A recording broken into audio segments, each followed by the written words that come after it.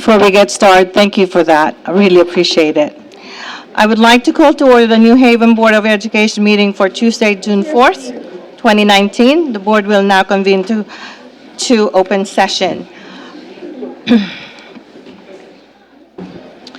In closed session, the board took action to release and reassign employee ID 3864 and 5109 from assistant principal to classroom teacher effective July 1st, 2019.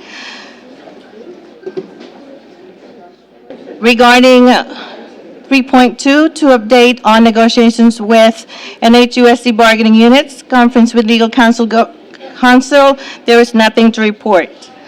I would like to ask our students. We don't have them. Okay. I would like everyone to join us in the Pledge of Allegiance, please.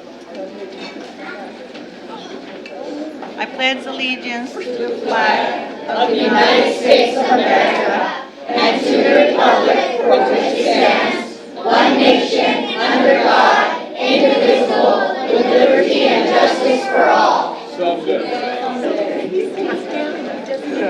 Thank you. Let's check and see if we can hear Mrs. Miss? Yes, I'm here. Okay. All right. Before we get started, I would like to kindly clear the doorways. If you are standing somewhere in the doorways, please either go in or out to the other area. We cannot block the doorways. I see this one blocked, that one blocked, and that one blocked. Please, we'll start as soon as that's accomplished.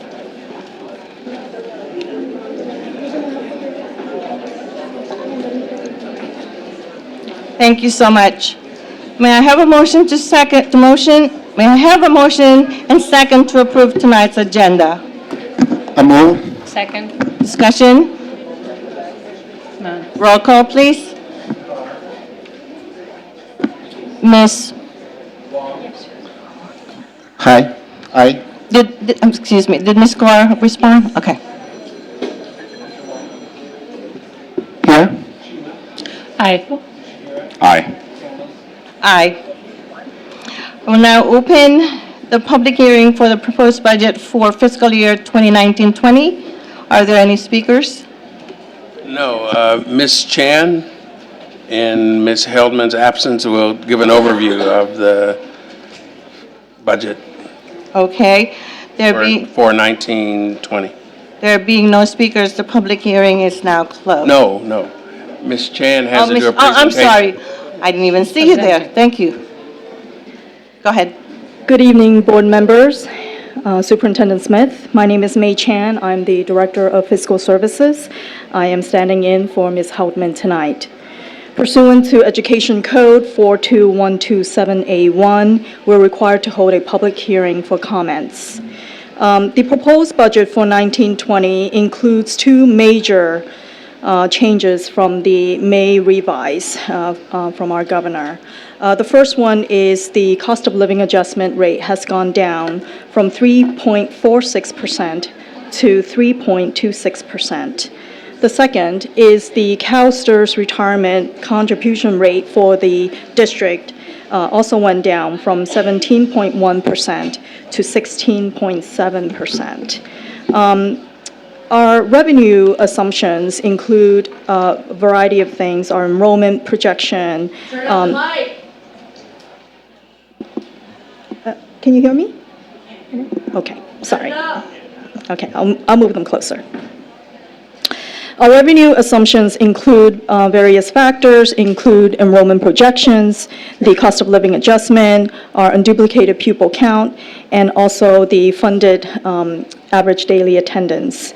Our enrollment projection for 1920 is 10,962 students. That's 300 students less than the current year. Our unduplicated pupil percentage also went down a little bit from 54.7% to 53.3%. Putting together these factors into our local control funding formula, our revenue projection for 1920 is a little over $103 million. This is a decrease from the prior year of almost $100,000. Our proposed budget includes many factors, and is showing that we are going to be deficit spending by about $2.8 million. And this is after including about $3.8 million in cuts. And again, it's including our latest projections from the state, as well as known factors that we have at this point. The projection, however, does not include any settlement adjustments that may come to fruition from our current negotiations or any additional savings that may be at the year-end level. Okay. A more detailed and full report will be presented at the next board meeting. Thank you. Any comments? Mr. Wang, Ms. Jima? No. Any comments? No. No comment. I have a question. Would you would you help me understand COLA relative to declining enrollment and what that dynamic looks like for the overall top line revenue? Sure. The COLA is a factor that is applied to our per pupil funding level. So each of the different span of grade level has a certain amount that is a rate for our student. So what happens is when the COLA is applied to it, it's applied to that base rate.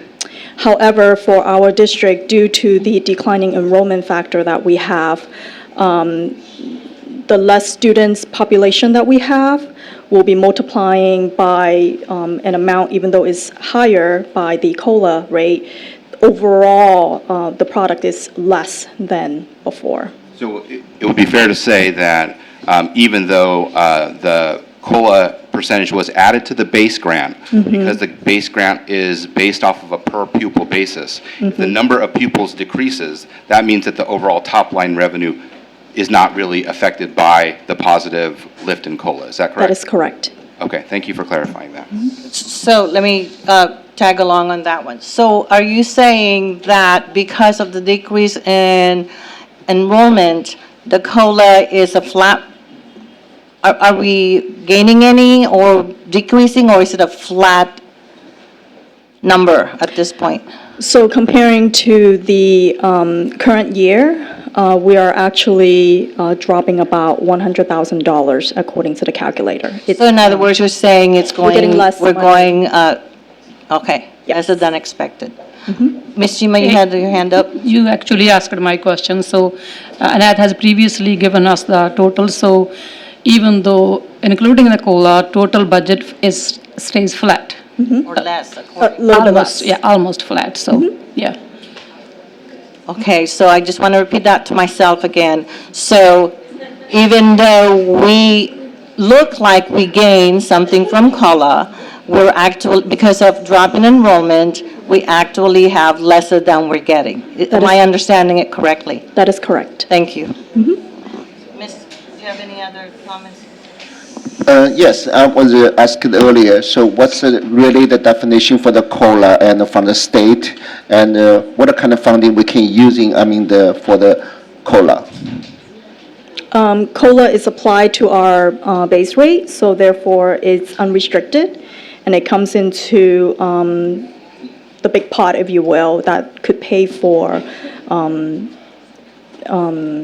teachers, the salaries or lights, facilities, insurances, utilities, things of that nature. So, Ms. Jima, and then I would like to ask Ms. Kaur if she has a comment as well. Okay, that's also include the pensions as well? Yes. Okay, what percentage of Benefits. the pensions and contributed by the COLAs? The COLA is applied to a base rate, and that comes in form of a total revenues. And based on the budget, we allocate based on how many positions we have next year, and that is driven by a percentage of the CalSTRS rate and, all of the other fringe benefit rates that we have to accommodate. So that's all driven by how many positions we have next year, and it's a percentage based on that. Thank you. Ms. Jima? So, to clarify it again, COLA in the general terms, in the general public, when we do see it as an increment to their salaries. So this COLA we get in the schools. So what is the main difference, if you can explain it to us and to our audiences? I'm sorry, your question is, the main COLA is? Generally, in public's perspective, people, they think that if there is a COLA percentage increase, it will pass down to the employees' salaries.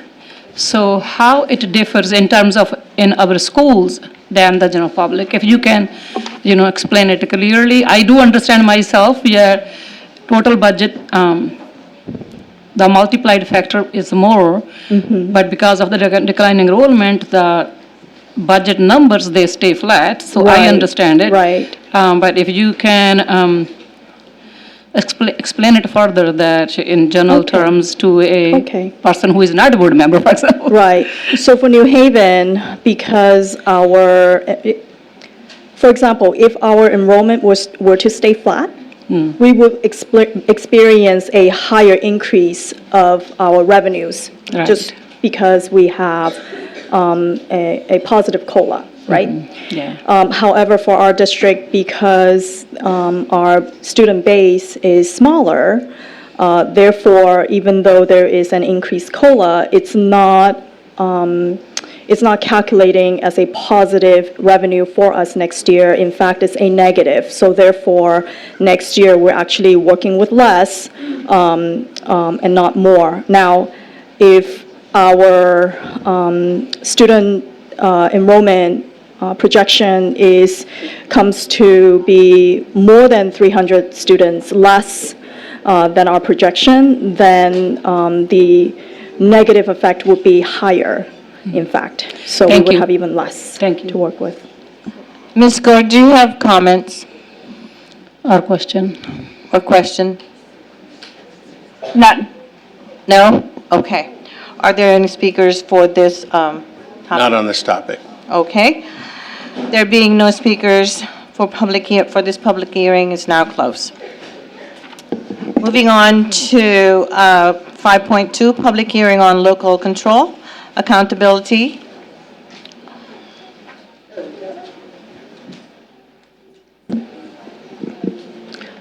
Good evening, members of the board and Superintendent Smith.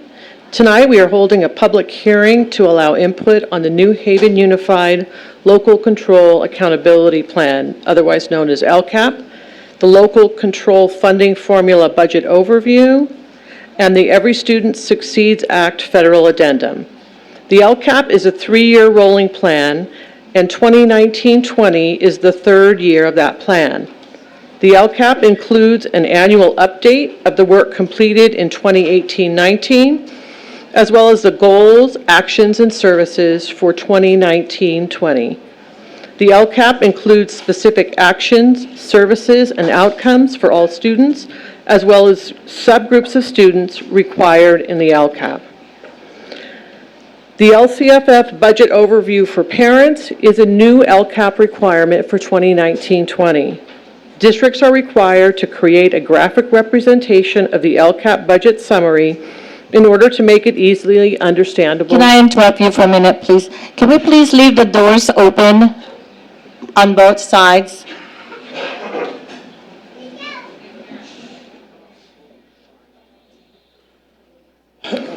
Also included Thank you. is the SF federal addendum that describes our funding for Title I, Title II, Title III, and Title IV. Excuse me again, can we please leave the doors open on both sides? The right side is still closed. All the way, please. Thank you. And to conclude, our guiding coalition serves as the advisory group for our LCAP, and that is comprised of a variety of stakeholder groups who meet regularly throughout the school year. Thank you. Okay. Are there any speakers for this? No speakers. Did you open? Okay. Open here. We are now open the public hearing for the Local Control Accountability Plan, Local Control Funding Formula, Budget Overview, and Every Student Succeeds Act, chapter or addendum? Are there any speakers? There are no speakers. Okay, there being no speakers, this public hearing is now closed. We are now moving to 6.1, items from the board and the superintendent. Are there any who would like to start?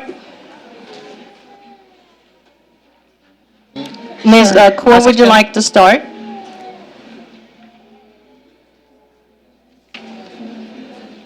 Ms. Paul, Shannon?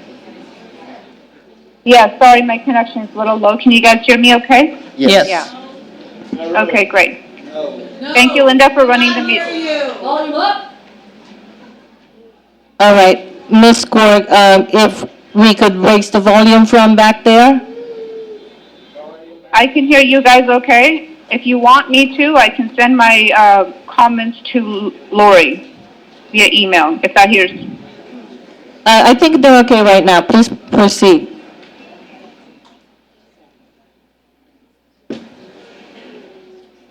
Ms. Kaur? Yeah, thank you, Linda, for running the meeting tonight. My apologies for not being there physically. I had a family emergency that I needed to attend to. I would like to remind the community that we're in this situation together, the strike, that we're all in it.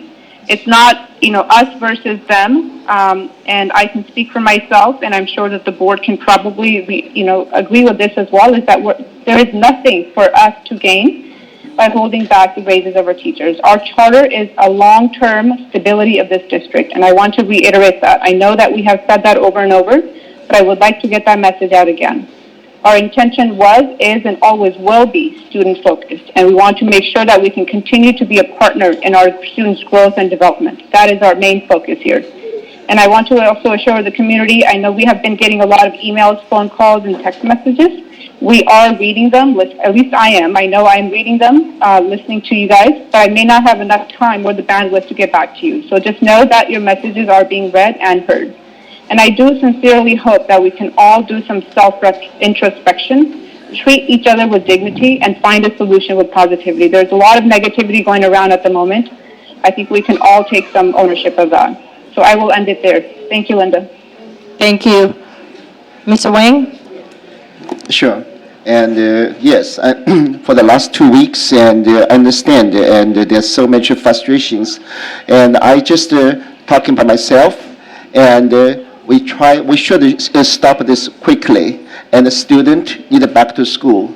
I'm saying clearly, the school district, we service not just the teacher. Of course, the teacher is the most important parts. We also have the students. We also have the staff, and also the communities. And I understand that they're a difficult situation. I want everybody and working together to end this situation quickly. And the senior and most other students, they are needed back to the classroom. Thank you. Thank you. Ms. Jima? I also would like to say, like Ms. Kaur has mentioned, that all of us, we have been meeting with the community members, listening to their comments, and working with whatever we can to resolve the situation. I have expressed my opinions. Also, I would like to remind the community and the students, this is the democracy in action. It is messy, it's ugly. It's not the best form of the government, but we don't have other options yet. So hang in there until we resolve it. Thank you so much. Thank you. A couple things. One is off of a different topic. So I've been reading that construction prices in the Bay Area have actually been increasing quite a bit. This reminds me that I don't think it's been a while since we've had a Measure M bond update. So I think one of the things that I'd like to do is maybe direct staff to get an update on the Measure M funding, because I want to make sure that we're still able to fund all of the projects that we had. And with construction prices and materials going up, I just want to make sure that we can still fulfill all the original commitments from Measure M. So I'd like, if it's the pleasure of the board, I'd like to direct staff to get a report out back from the Measure M committee. Thank you very much. I did have one other thing. So there's been a lot of negativity as has been previously mentioned one of the outcomes of that is I've been able to invite people into my home in small groups and have good, meaningful conversations. There's a lot of things that we agree on. What I often tell people is, we might not be able to tell you everything that you want to hear, but we're being as straight as we can. I think one of the things that I've heard very clearly is that the community would like a plan, and this has been a situation that has been growing year by year, and from what I understand, we continue to kick the can down the road. We need a plan on how we're going to grow revenue, how we're going to stabilize expenses, and how we're going to restore balance, both with the academic systems, the academic programs and opportunities, as well as enrollment across the district. We have an imbalance between the east side schools and the west side schools, and we really need to kind of look at ways of being able to offer those same educational opportunities to all of our students. We still have ways to go there, but I think one of the things that we need to do is when we come to a point where we're stable, this community deserves a plan. And that's the job of this board, is to put together a plan and to stop kicking the can down the road. That's what I got. Thank you, Mr. Nishihara. Good point. Superintendent, Yeah, good evening. Last Sunday night, early into the morning, we'd been in negotiations from 9 that morning, I think, until 1:15 Monday morning. And as we tried to leave the room, the evening was over. We were trapped in the room by our own employees. please. Not let us out. We had to call the police to please get stop an for a escort minute. to our cars. Thank you. I understand that you don't care, but I need to say this because that is very disheartening to see people who know each other and care about each other treat each other that way. And Can I please, thank as I'm walking Thank out, you. to hear a young kid say, "I hate you, Orlando, I hope you die." I think that's very unfortunate. You know, We can, We need to I can stop. handle this. I can handle this. thank you. We can disagree. We can take ownership for where we are. But I've said for 7 years, and as I leave this district in however many days, please remember that you're talking to human beings here. These are people. These are people who breathe and bleed just as you do. And so, again, credibility may be low, trust may be low, but whatever happens, we're still talking about people who have families. We're talking about people who care about this community. And I would just ask us all that in the course of this disagreement, that we can be civil and respectful, if nothing else, for each person as a human being. And that's it. Thank you. Thank you so much for being so respectful. I really appreciate that. We are now moving to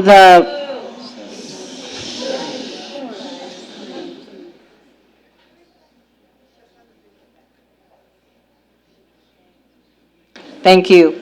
We are now moving to the public comment, hearing of visitors on topics not on the agenda. Before we do that, I would like to repeat that this meeting of the Board of Education, I ask that you be respectful of the speakers, of the board members, and of the staff. At this time, the board will hear your comments from visitors not on the topics. Due to the number of speakers, we will allow 90 seconds for each speaker. Please be prepared to speak when it's your turn. There is no sharing of minutes. I also ask that you be respectful of others' time. When the time is called, please come to a quick conclusion. Thank you so much.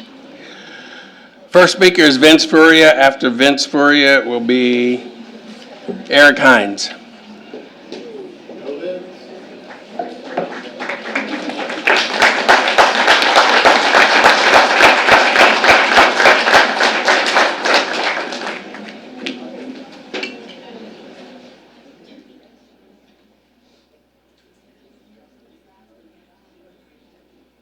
Vince Furia here. While waiting for the person, can we go to the next one? Eric Hines here. After Eric Hines. Thank you. After Eric Hines will be Toby Boyd. If we save the noise, we will give the people talking more time, because it's the noise, whenever I go here, it eats up time. So I don't want to do that. Thank you. Thank you. My name is Eric Hines. I'm the president of the California Teachers Association, and standing behind me is Toby Boyd, the president-elect of the California Teachers Association. And what I'm here to remind you is that your actions and your disrespect is not just an attack on the New Haven teachers and our union. It's an attack on every public school educator and every union member in the state of California, and we are watching. Your attack, your actions and your What I asked you to disrespect stop on doing. are not because it just an eats up its attack time. on New Haven teachers, it's an attack on the community, and the one that you are remembered to serve, and they are watching, and they will remember at the polls. And your attacks and your disrespect and your action are not just an attack on the New Haven teachers and their union, but also, and as importantly, an attack on the students.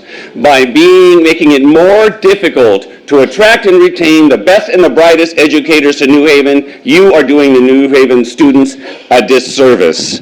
By making them watch out and watching their teachers, whom they love and whom they depend on, being attacked and disrespected, that's what they're going to remember, and it's an attack on them. Now, Dr. Smith, I understand you're retiring, and you may think that you can just outlive this and go on the things, but do you really want this to be your legacy? So that every time any of your names are mentioned... Thank you so much. Oh, sorry. They'll remember. Next speaker is E. Toby Boyd. After E. Toby Boyd, Vince Furia. You go after him. Yeah. You were late. Board, Superintendent, thank you for this opportunity. I'm the newly elected CTA president. I take office on the 26th of June. I sat back there listening to your comments that each one of you, except for a couple, didn't say much about trying to finish and get this resolved. You said that you want to, but truly your actions are not doing so. The children that you see in front of here, the ones that are missing school, the ones that are supposed to be graduating, how do you think they feel? They are not happy. Their parents are not happy. And I'm surprised that you are not concerned about that. And if you are, I don't see it. So I'm asking, and it's on you folks, to get this resolved, because eventually it will have to be resolved. You cannot continue to go down this path without finishing it and coming to a resolution. You have members, you have parents, you have the community that really, truly wants to see this finished. And the sooner will be better, because the longer it's going to hurt even more. Thank you.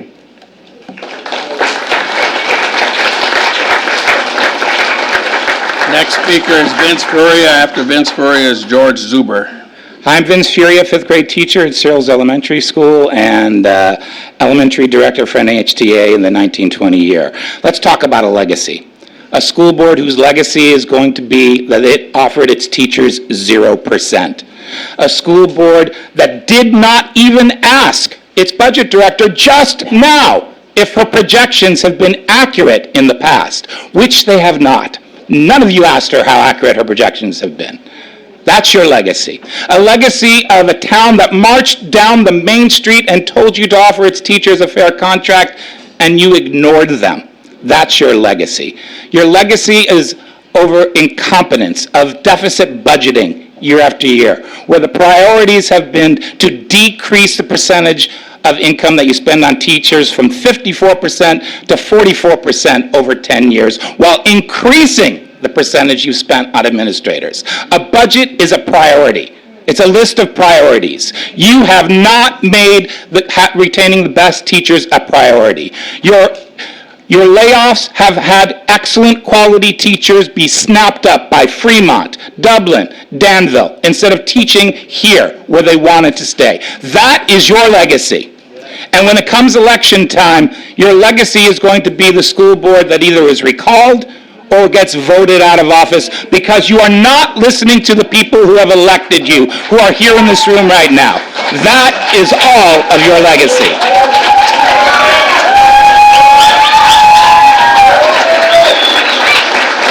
Next speaker, George Zuber. After George Zuber will be Cynthia Gilmet. Hi, I was going to talk about something else, but since the lady earlier talked about COLA and declining enrollment, I want to make it clear to everybody. COLA and declining enrollment are two different things. If our enrollment were to drop in half, we would have to decrease staffing in half. If our enrollment increased, we would have to increase staffing. Each district must live within those guidelines and live within their means. COLA is a separate deal. It is from the state and is designed to keep staff wages up with growing inflation to retain quality teachers. Using our COLA to balance other educational priorities that you don't want to cut, like admin salaries, thank you. We could go down the list, but I only have 39 seconds left. I think it should be against the Ed Code to use our COLA that's designed to give us cost of living adjustments, not pay raises.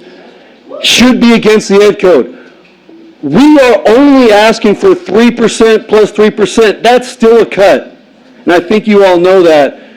It's the longest strike in modern California history, and all we're asking for is a small pay cut. That's it. Thank you.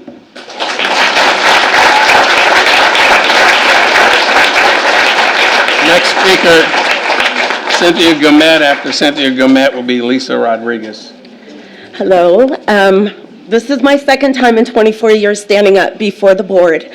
Last time I was bawling for hours afterwards, but I just feel compelled that I have to stand up here. I've been teaching 24 years, and I don't know if you've seen on the salary schedule, many other school districts, teachers continue to make a little bit more money each year.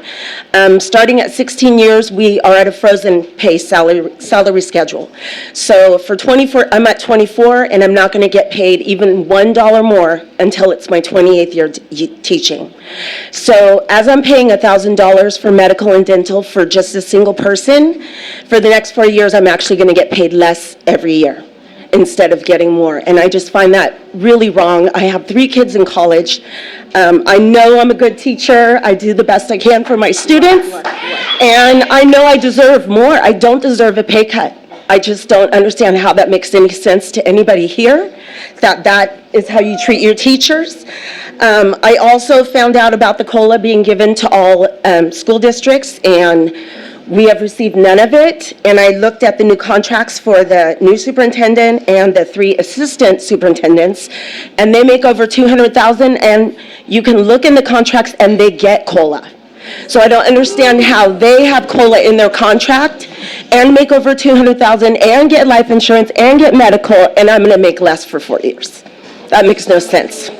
So thank you for listening. I think the best thing that they could do is give up what we have given up, which is a 1% pay decrease, frozen salary schedule, 9 furlough days. That would be something they could do to show that they care about us. Thank you.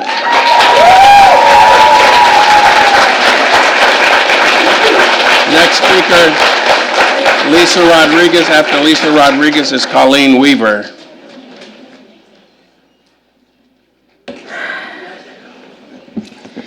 Good evening, everybody.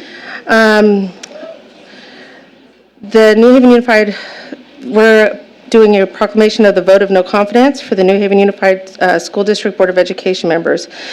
On this day, June 4th, 2019, on behalf of the community of Union City and parents and of students of the New Haven Unified School District, we regretfully submit the letter to the Board of Education. Unfortunately, the circumstances leave us no choice. We have lost trust, faith, confidence in almost every member of the school board. Board members Chima, Kaur, Canlis, Nishihara, and Wang, we have demonstrated a consistent lack of leadership and responsibility. Trustees, we've continued to express our lack of understanding in the roles of the elected board members and the governing board. This understanding has led to a deficit in poor policy and decision-making from the administration. And again, the administration was hired by this Board of Education. This has not only damaged the relationship with New Haven teachers, but has severely undercut the educational experience of our students and families and community. We, the community, have made several attempts to address this and voice our concerns. Teachers of this district have now finished 11 days of this strike, hence affecting the lives of their students, teachers, and parents. The lack of leadership has resulted in poor morale of teachers, parents, and students, as well as the community as a whole. The board's lack of leadership has included their inability to direct the superintendent to act in a respectful manner and has led to constant unrest. I'm right here. Next speaker, Colleen Weaver. After Colleen Weaver will be Camelia Santos. To finish up, the uncertainty and continual disappointment from all of us who live in this community. Teachers of the school district deserve more from this Board of Education and administration. The students deserve more from all of us. The voters of this community deserve strong leaders that will do the right thing. The Board of Education has successfully driven a wedge between the district and the teachers and parents and students of this community. This is not a playground for disagreements. The choices they have made are affecting the lives of our children. In closing, we would like to summarize that the parents and teachers of the students of Union City, New Haven Unified, have lost complete trust and faith in the so-called trustees of the New Haven Unified Board of Education. We strongly feel about this because we have witnessed the total and complete lack of willingness and ability of this board to lead us through these difficult times. We therefore want to state for the record our complete and resounding vote of no confidence in this Board of Education. And at this time, I am serving on Honorable Jeff Wang a petition of intent to recall.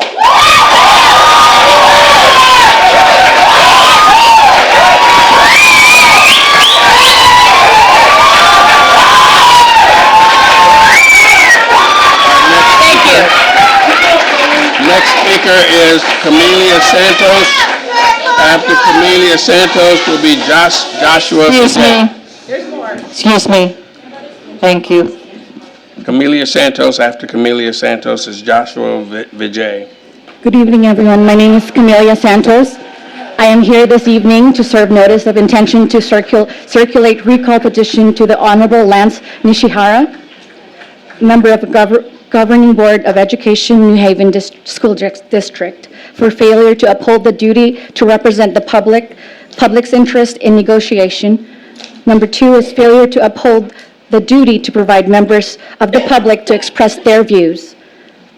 Lastly, failure to uphold the duty to adequately evaluate Superintendent Orlando Smith's job performance, and failure to discipline him for violation of board district policies. And Carr has been served as well.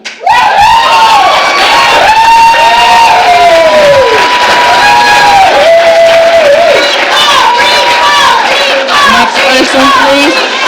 Our next speaker. That needs to stop. Our next speaker is Joshua Thank Vijay. you. After Joshua Vijay will be Lillian Jenkins. You all are recalled. You all are put on notice.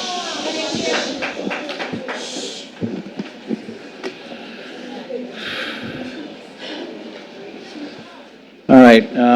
I'm a proud parent of students in this district. I know many of you personally. And I address this to the administration of the district as well as the board. As far as the administration, I know many of you not only served as teachers in this district and in this community, but many of you shared classrooms, back to school nights with teachers outside of these walls and in this room. The parents in this room, many of who you actually helped support their older students get through graduation.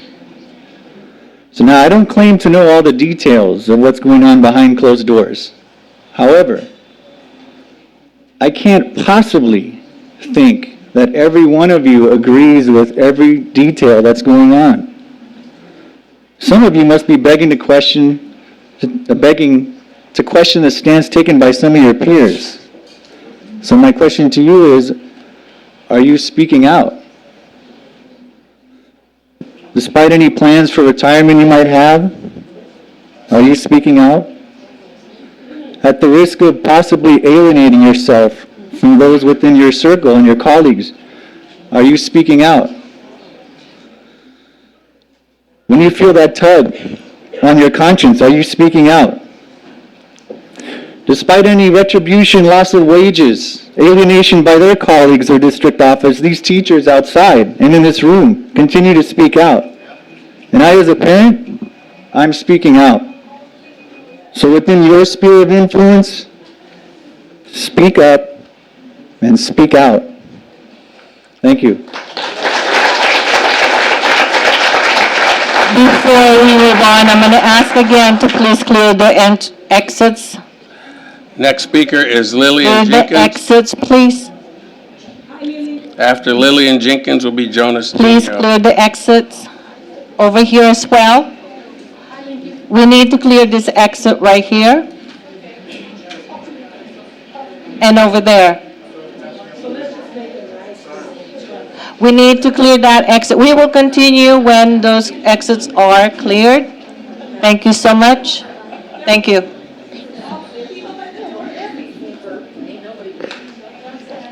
In order to clear the exit, we need to know who the next speaker is ahead of time. And so we need, sorry, Dr. Smith, to speak a little louder when you say this speaker is and the next speaker is, because we're at a minute delay here. Okay, so before we do that, can we read the next four right now? The next speaker after Lillian Jenkins, Jonas Dino, Jenny Curnow, Erica Vare Santos, and Sarah Mack. Thank you. Go ahead. I have been to the school for a very long time. I have only skipped first grade and I've been here since TK. I'm in third grade and every year I've had about 25 or 24 students in my class. This is, larger class sizes is not good for anyone in the classroom. Teachers are going crazy because little kindergartners are running around the room. And they can't really control 30 kids. Ms. Chala, my kindergarten teacher, can't really, it's hard to control 25 kids. So 30 kids are not helping. In my class, in my class with 24 students, it's crazy. Some people talk a lot and some people are like, just do a lot. Everyone is different, right? And some people, they will not stop talking. Class sizes, everyone is going to be loud. In my second grade classroom, someone just spoke out a lot and was really enthusiastic about his feelings. That disrupts class time, and class time cannot be substituted for anything. Thank you.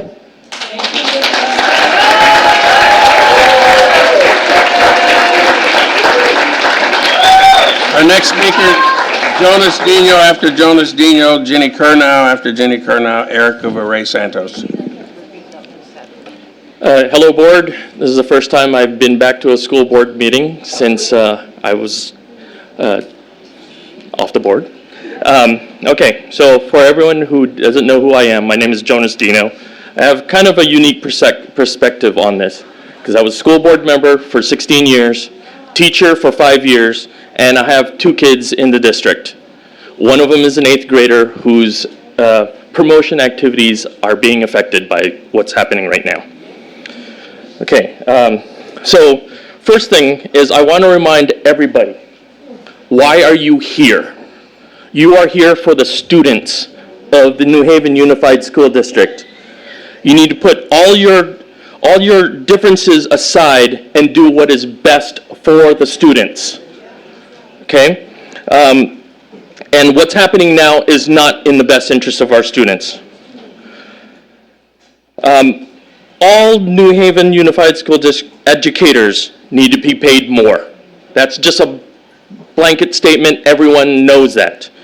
Okay? The teachers in New Haven are some of the hardest working people I know, but also the administrators and also the classified staff are also equally dedicated. Okay? You guys are on the front line of the most important job in our society, educating our young people. I understand there is only so much money in the district, and we have to live within those means, but both sides have to honestly sit down and find out where the starting point is. Where is the money? This is not the worst financial situation we have been in. In 2008, we had a financial crisis, and we all worked together to make sure, okay, I'm done. But basically, I hope eventually this ends and that everyone works together. We need to go protest where we really need to protest in Sacramento. Thank you. And when you guys do that, I will be with you. Next speaker is Jenny Curnow. After Jenny Curnow is Erica Varay Santos, and following her will be Sarah Mack. Was I next? Jenny Curnow? You are. Okay. My name is Jenny Curnow, and I live in Hayward, California. I don't live here, but I worked here for 33 years. I'm recently retired, and tonight I got this pamphlet. I don't know if you guys got it. It would probably be really helpful for you. But the red line on it states that New Haven spends 7.45% of their budget on, okay, people, what do you think? Administration. Yeah, highest in all the districts. The highest. I mean, I've never seen anything quite like it. Fremont, huge district. They spend 4.69% on their administration. That is almost 1/2 what we pay our administrators. Did everybody read that? Yep. Did you guys get this? Do you need this? Or did you get this? I don't know if you got these or not, because it's very informative. Yes. I'm pretty shocked, actually. The number of full-time teachers decreased from 608 to 562. That is a difference of 50 teachers. Now, you keep saying that the student enrollment is going down. Why do you think it's going down? Why? Because teachers leave. Why would you stick around for this? I mean, this is just crazy. Total expenditure of administrator salaries increased from $2 million to increased. Each person got $35,000 more, whereas teachers got $7,000 more. Thank you so much. That's 5 times as much. Now, my solution is so much. Fire you. Thank you so much. Fire you. Fire you. Fire you. I just want to Fire you. Fire you. I would like Next to speaker remind, is- excuse me, Mr. Smith, I would like to remind our speakers that if this conduct continues, we will adjourn to closed session and we won't hear your plea. I want to hear. So please, let us allow your peers to speak. I want to hear you. Thank you. Our next speaker is Erica Varay Santos. After Erica. I just want to emphasize that. One more like that, we stop. I really like the way you do this. It's very helpful, and it tells me what you're thinking. Thank you so much for doing that. After Ms. Santos will be Sarah Mack. Hi, my name is Erica Varay Santos. I've come up to speak a number of times at the town hall at one of the other board meetings. I'm a parent of 2 students at Kitayama. My husband teaches at James Logan High School. I'm also an educator, a high school teacher at San Leandro High School. What I'd like to say to y'all is, yes, do I want to be respectful of y'all? Absolutely. But you make it very difficult to. You make it very difficult to. You want to Please, talk no about, excuses. Thank you. what was that? Please continue. Okay, thank you. That wasn't respectful right there. What y'all did earlier, your strategic little talk about COLA, that wasn't respectful. Your email that you sent on Sunday listing a bunch of cuts to scare our families and our parents, not respectful. Right? And so many things that I'm looking at and I'm like, you want respect, but you're not giving it. You know, and I want to say to Mr. Smith, at the board meeting 2 weeks ago, you told me I do not get paid $287,000. I apologize. You only get paid $270,000. I apologize. That is so little. You know what I mean? That's not respectful either, because that shows that you have no heart for the teachers who aren't even making a living wage. And I'd like to say to all of you up here, chop from the top. It is not that difficult to chop from the top. You are running a top-heavy school district, right, with overpaid teachers at the bottom who aren't getting anything. And at this point, all they're asking for is the cost of living. What is even below that? What is below that? They cannot even afford to work in this, to live in this city. Again, thank you. Do you think that that's respectful what you're doing right now? Thank you. And you were in Europe, right? That board meeting 2 weeks ago? Tough life, tough life. Next a victory speaker. here in New Haven is a victory for education in all of California. Just know that.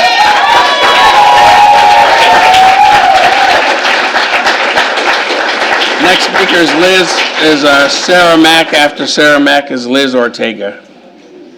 Hi, good evening. My name is Sarah Mack. I'm a community member, mother of 6. My oldest is 30, my youngest is 8. I've run the whole gamut. I've been in public schools, private schools, homeschooled. I've done a lot of educating myself, right? I guess my comment tonight really has more to do with confusion. Confusion about why at the beginning of the year, I get a letter, and numerous letters and voicemails, requesting that I not have my kids out during school hours, requesting that I schedule any kind of appointment or vacation time or family time or anything outside of school hours because it impedes their education, right? Education is important, and please, audience, I love you all, I really respect you, but I fully believe they will pull the plug on this, and I want everyone to get a chance to talk. So, as a parent, I've rescheduled family trips when it was much more expensive. I've done a lot of changes to my life and to my kids' lives to fit into that mold of having them in school from September through June. And yet, as soon as the funding ends, right, when the funding ends and suddenly their butts being in a chair doesn't, what's the word I'm looking for, benefit the district, then suddenly I'm getting voicemails from the school saying, hey, if you choose to bring your kid to school, please don't bring his backpack. If you choose to bring your kid to school, please recognize that there's going to be enrichment activities that may or may not include coloring or a movie that they've seen 15 times. But they're not going to be able to spend time with you, and they're not going to be able to get an education either. So I guess my comment really has more to do with, I understand, I'm a business person, I work in corporate America, I understand dollars and cents, but I'm wondering when the students went from being actual students and individuals who needed to learn to those dollar signs, where was that, right? Thank you. Thank you. Thank you. Next speaker, Liz Ortega. After Liz Ortega would be Joe Angeles. Good evening, board members. My name is Liz Ortega. I'm the Executive Secretary Treasurer of the Alameda Labor Council, representing 135,000 members across this county in transportation, healthcare, and education. Tonight, I'm here to say we are watching, we are supporting these teachers in this community and these students. As a mother, I am angry. I am angry when I look at the Teacher of the Year plaque that you have out there, but they're out in the streets without a contract. Tonight, and every time there's a dispute, there comes a time when the parties are so far apart that outside intervention is needed. And I'm here to give you that message that 135,000 union members across this county decided that it's time for intervention. We are going to take this to the voters. and we are going to take back our schools and our communities. We are going to lead, which is something that this school board has not done. Thank you.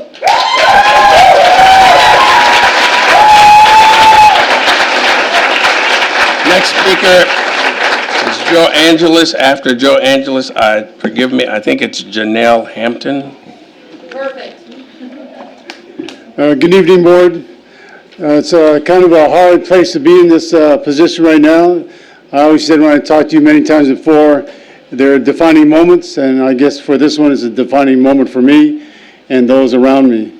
It is very discouraging that after a year of talking, the very simple conversation we had was simply to value teachers. Very simple, it's on the slogan of a shirt. The problem is, it has now come to pass that you really do not value teachers, and I'll say this why. The fact that from the point of long ago, the comment came up from Dr. Smith that his position was, so let's start the talks off on this compensation package of zero. What that translates really simply is you're not worth zero. Plain and simple. Said many times, discussed many times, try to kind of reason why, all these things behind the famous thing that Ms. Chan mentioned, money, but it still came out to zero. The difficulty with that is just recently, Dr. Smith said, unfortunately, that was a mistake on my part. And I understand it and appreciate him coming to that. But again, now it puts in a place with how we cannot make a move because, of course, all this time has passed without any kind of negotiation, which again is a lack of value of our voice and consideration of what we do and the skill we bring to the students before you and the ones, quote, walking the street throughout the day. It's a very hard moment for me because we came to a place of a historic place of a strike in this district.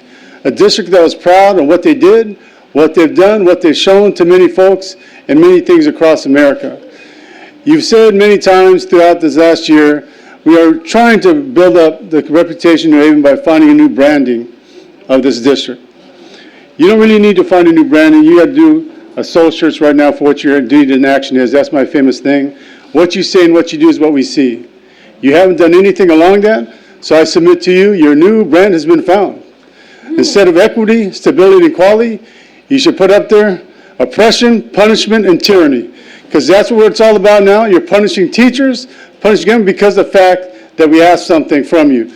It's become, like Eric Hines said, unfortunate place, what's happening across America, the idea of union busting and punishing those who speak up against the establishment and the progress of managing and management people. So again, I urge you, maybe change this moment, change the moment for everyone, do the right thing, as I've said from the very beginning, make this right, and you can do it. I don't care what you say about the budget, it's there, but it will take a creative and risk-taking idea to make that happen. So I urge you again, on all the people around you, all the comments said today, all the things being said and expressed, the logistic way of the recall vote, change this dynamic, please, or else that is your legacy. Oppression, punishment, and tyranny, and that's the new message of the brand new New Haven district. So thank you, community, for trying to change that, because you will be the one of the new generation, New Haven Unified. Thank you. Our next speaker is Janelle Hampton. After Janelle Hampton is Aubrey Van Buren. Go, Janelle. Thank you. So, good evening, board and many invested community members and workers and employees, everybody here. We're all here together in this one moment in time, and I think it's important right now, after hearing with clarity our brother about what people expect you to do, just to take a moment to remind you of a few simple truths. Number one, the budget is indeed a reflection of your priorities. Your hardworking people in the budget office work on your orders. The responsibility of making that plan you say to community members sit around your table and ask for is on you. You were elected by the public and they believe in you. And I've been in education for 21 years and I've been in labor for almost as many. And what I understand is that I want to believe in you too. Right now, many would suggest that we don't have a reason to, but every single one of you has the opportunity to turn inside right now and figure out how to unlock this locked and bound chain situation. You have the power to do that. Any one of you could do it. And the truth is, we're all in this together. Our boats should rise and fall with one another. We don't want to be on opposite sides. We're actually all part of the same team. But until we sit back at the table and bring forth what we didn't think we could do, and find other places outside, far, far away from the classroom, far, far away from what you feel is most important, to cut, then it's not going to go anywhere. But it is in your power to do that. As representatives of one another in the community, we're depending on you, and we have expectations of you. And I want to believe in you, so let's get to it. Our next speaker is Aubrey Van Buren, and after Aubrey Van Buren is Eleanor. Forgive me, I cannot read the last name. It looks like Lages, maybe? I'm not sure, but it's Eleanor. My name is Aubrey Van Buren, and I'm not a parent, but I'm a member of the community, and I'm a pretty well-known member of the community out here. I used to be on the New Haven Schools Foundation. In 2004, I ran for school board because I didn't like how things were going. And it seems like things are kind of going similar. You know, every morning I get up and I'm right by the school. And I get up and I'm going to, because I retired now, mostly all I do now is negotiate contracts. So what I've noticed is there's a pattern of bargaining that I really think is unfair. And I've been noticing it for quite a while. I used to be on the executive board for the Labor Council. And I used to be on the executive board for the Building Trades Council. And I helped a number of you get elected. You know, and I talked to you a long time about what's important to organized labor, because I'm a third-generation labor person. And I have to tell you, you know, you've got more to worry about than just the parents and the teachers. The teachers are your ambassadors. They're the ones that go out in the community and they make this district be felt like it's important or not important. So you have to recognize that. I think a lot of times when the contracts that I'm negotiating right now, I just closed one and just mailed the email that we ratified it today. But what I notice is that what's not important a lot of times is what the facilities. You know, the facilities are important, but what's not important is the people that work there. What I know right now is 3.9 is the number, the percentage that you have to make to be equal to the economy right now. And this was told to me by the people on the other side of the table. So I asked you guys to consider that, because if they take that to the community, when you guys are making policy, you guys aren't notifying us, the people that don't have kids in the district, and we are paying taxes on this stuff. We are voting on the bonds. You guys better recognize, because we're coming. You know, and we want you to recognize us and show us the respect you're showing the parents. So I support the teachers, and I ask you guys to come to a resolution. Thank you.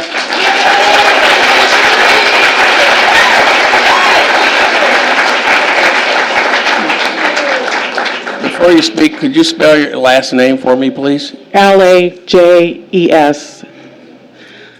So my name is Eleanor Lajes, and I'm speaking today as a mother of an 8th grade student, a community member, and an active voter. I am addressing the school board as a whole. However, I will be speaking to you, Jeff Wayne. I ask, urge, and beg all of you to settle this strike. Show your teachers the respect they deserve. Mr. Jeff, you know what it is to be a teacher, businessman, and tutor. You were a tutor for Math A+. My boys attended and we purchased your services as a teacher and a tutor, which was here in Union City. You lived in Union City. Your son went to James Logan. How would you like him to be at James Logan right now, his senior year? You have a successful business in Union City from the community that supported you, and you knew the service was valued because you were a teacher and you were tutoring. How would you feel if you were disrespected in your place of business? If you were disrespected by the parents and they didn't pay you? Be a leader. Please do not follow the school board pack. Show us your integrity. I voted for you. Settle the strike. Thank you.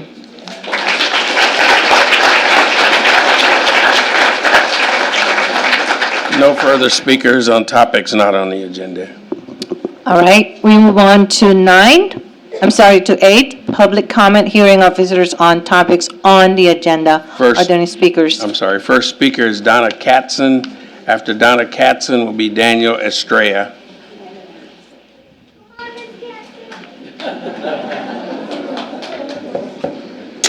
Lori has a copy for all of you to look at, and she's going to pass out at the end of the night. Please excuse any typos, if there's any typos there. There's a QR code for those that want to scan my notes. My name is Donna Katzen. I'm a proud teacher of 31 years at Hillview Crest. I stand before you to appeal to your common sense. Way back in June 20th, 2017, John Angeles did this very same thing when he brought concerns about the 3 contracts for administrative positions, and there's Exhibit A. Sadly, these contracts were rubber-stamped, approved, and this, along with many other areas of mismanagement, continues to add to the challenges teachers have to do in our school district. Fast forward, and here we are, discussing the same controversial contracts yet again. Looking over the financial aspect of these contracts, there's Exhibit 2. You'll find that the district is quite generous when it comes to doling out money at the district manager's level, a bountiful of 26.2%. Yet, Orlando would have you believe that the district is destitute when it comes to paying your teachers, offering them a measly 1%. I ask you, board members, does this seem equitable to you? The contracts don't even include the lofty benefits that are extended to these employees. And as a side note, there is still no job description on the district's website that detail what these 3 employees are to do for all the money they are throwing at them. Thank you so Which much. brings me to my next concern. Sorry, I'm doing it for my Let's Do It here. I'm doing it for her not to give up. Sorry. All these generous contracts have a Clause 2B, which I refer to as a Me Too clause. On top of the already considerable pay that you lavish on these 3 fortunate employees, you have the audacity to come, including, yet again, the Me Too clause. It is highly insulting that you have us teachers, that I might add, much rather be working with our students in the classroom, and we're begging the payments for COLA, no less, being ushered off in small groups to porta potties, depending on our generosity of our community to bring us warm food and water to us, where we call our banks to ask for extension on our mortgages. This is a result of this irresponsible board that I am a self-centered superintendent that refuses to pay a livable salary to the teachers, and it is used as resulting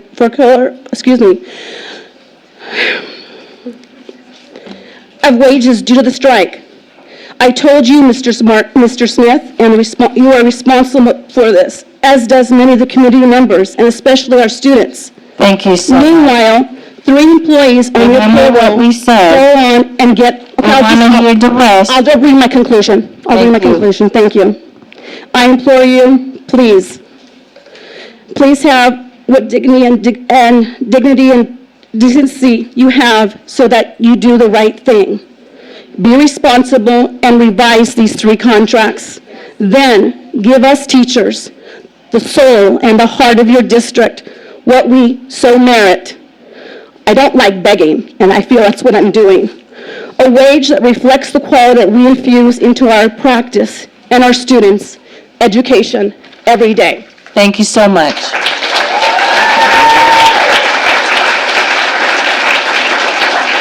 Next speaker is Daniel Estrella. After Daniel Estrella is Terry Grunwald.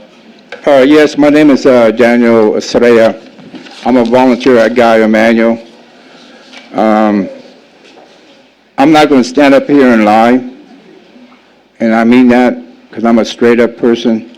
The teacher that came up here a few minutes ago, she really said what she said because she's a hell of a good teacher. I see her every morning when I volunteer at Guy Emanuel. Guy Emanuel has excellent teachers. It's all about education.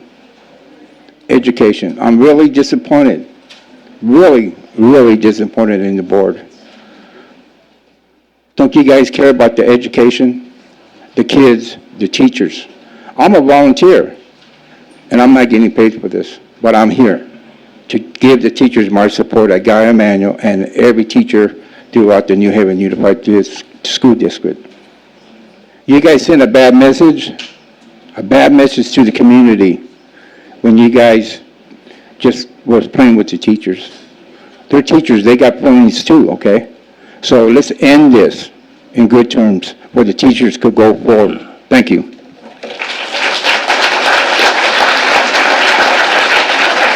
Next speaker is Terry Grunwald. After Terry Grunwald will be Huda Pruka. I accuse you, board members elected by the community to oversee this district of blindly relinquishing responsibility to a self-serving administration committed to union busting. You turned a deaf ear to all those months when we teachers warned you that we would strike because 0% was unacceptable. You withhold leadership when it is needed the most and betray those who elected you. You even allow the administration to write letters to the community in your names stating how you trust them in bargaining. I accuse you of being nothing but warm bodies slouching at the table of democracy. I accuse you, Annette Heldman, who's not here, of incompetence. Your budgets show deficit budget planning, not spending. You deliberately obfuscate the situation by insisting that we are on the brink of disaster, and yet you, like others, live large on district money.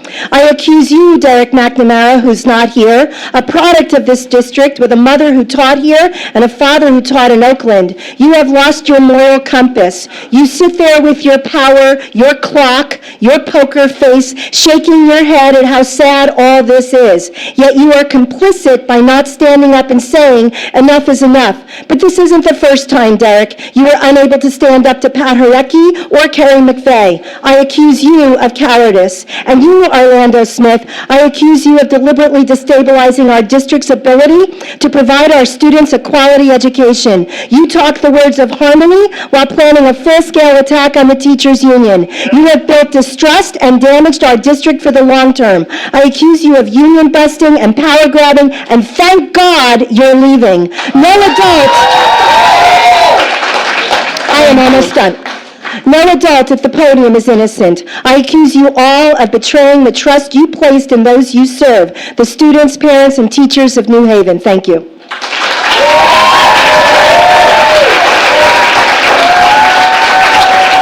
Our next speaker is Huda Pruka, and after Huda Pruka is Maria Ramirez.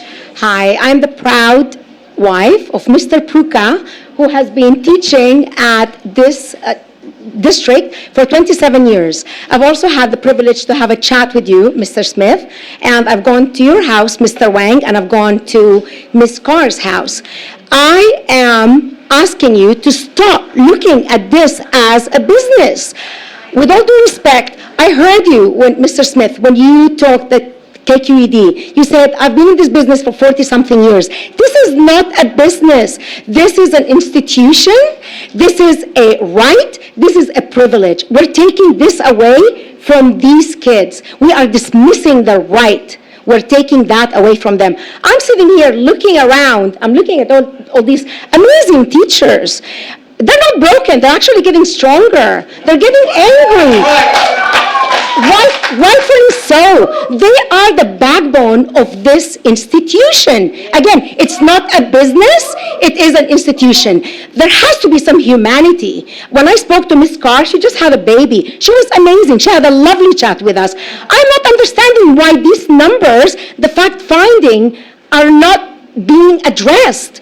All we're asking for is 3 and 3. We're asking for you guys to not take away from these kids their right. Some of these students are graduating. Some of you guys are are parents, most of you guys are, and you know what it's like to celebrate and march and give an imprint when you are a senior leaving to go to the next journey. I teach at the Cal State East Bay. We talked about this. I still would love to have a cup of coffee with you and chat more about this. However, for now, I would like you guys to end. You can put an end. I know you can. All you have to do is rearrange the numbers. We talked about this. We talked about it. Rearrange it. Give them the right. Let these students say hello and goodbye and let them march on to the next phase in their lives. Let these teachers respect you. Thank you so much.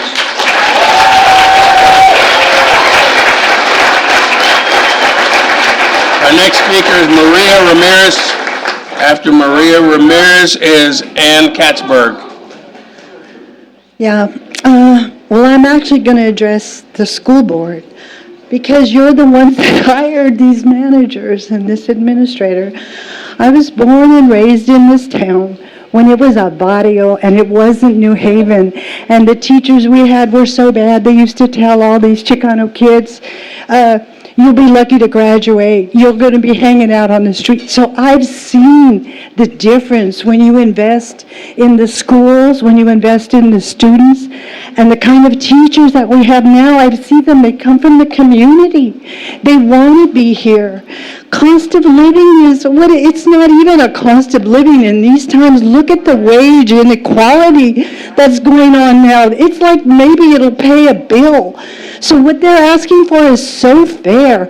And all we need is 3 of you board members. We have Chima. Instead of a recall, stand up now. Lance, where are you? Linda, just 2 more of you stand up and say, enough is enough. This is 3 weeks. This is so hard. It's hard. I mean, and I'm going to be gone. You know, our lives go by so quickly. All of you, I know you have cultures and ethics that say invest in education, value education. What are your ancestors going to say when you greet them and they say, you have failed this district. Stand up tonight. Can't you end it tonight?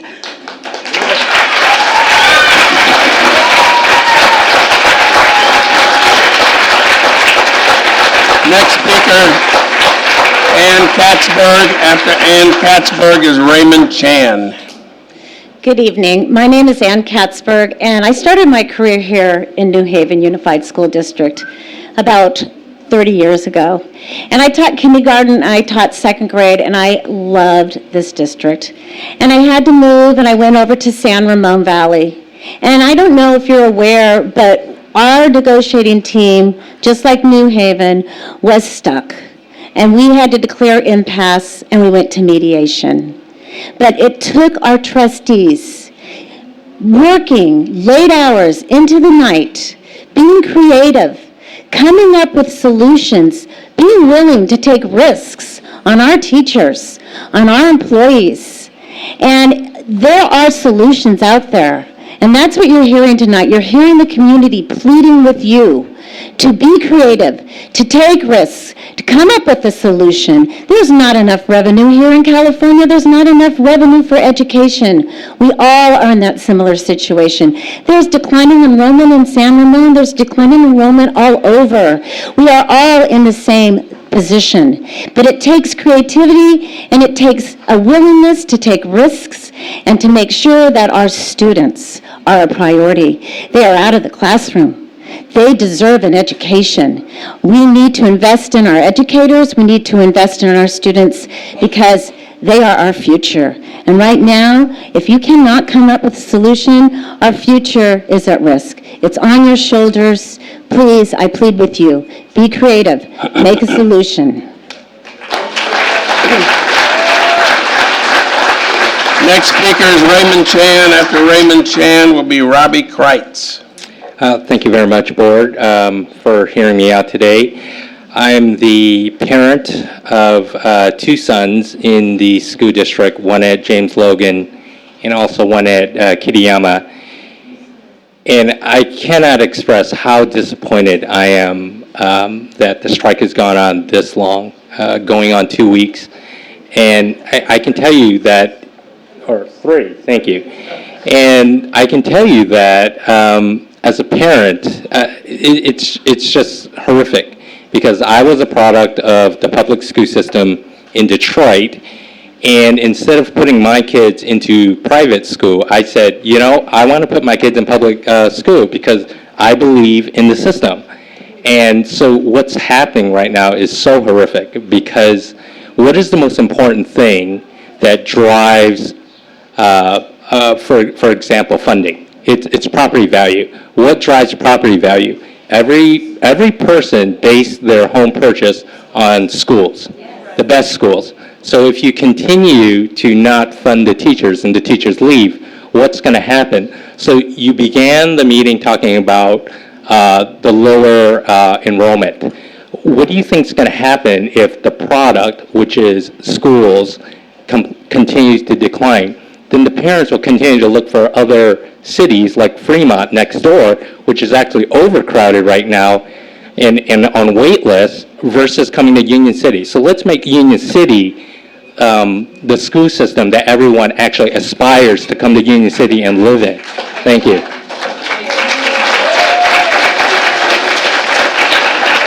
Next speaker is Robbie Kreitz. After Robbie Kreitz is Roland Valina. Good evening, Board. My name is Robbie Kreitz, and I'm a 20-year special education teacher in Dublin Unified. Not only do I stand here tonight with my colleagues in solidarity, but I also know firsthand the craziness of bad bargaining. But I also know that these situations can be avoided with qualified leaders. I will stand with NHTA until this is done, but I stand with this community as well. These students deserve the best teachers. This community deserves better from their elected officials. I represent all teachers in Alameda County on the Board of Directors of the National Education Association. As both Toby and Eric stated, it's not just New Haven marching outside, it's all of California. And I'm here to tell you, it's not just California, it's the 3 million members across the country that are marching with New Haven.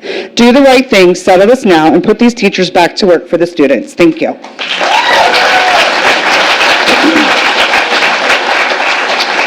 Next speaker is Roland Valina. After Roland Valina will be Lily Roberto.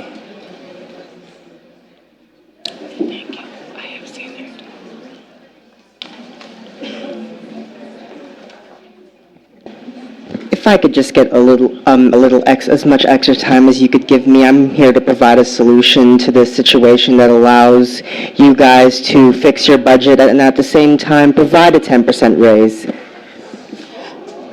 Thank you for requesting. Let's say 90 seconds. Well, I mean, 100, because we have 90 right now.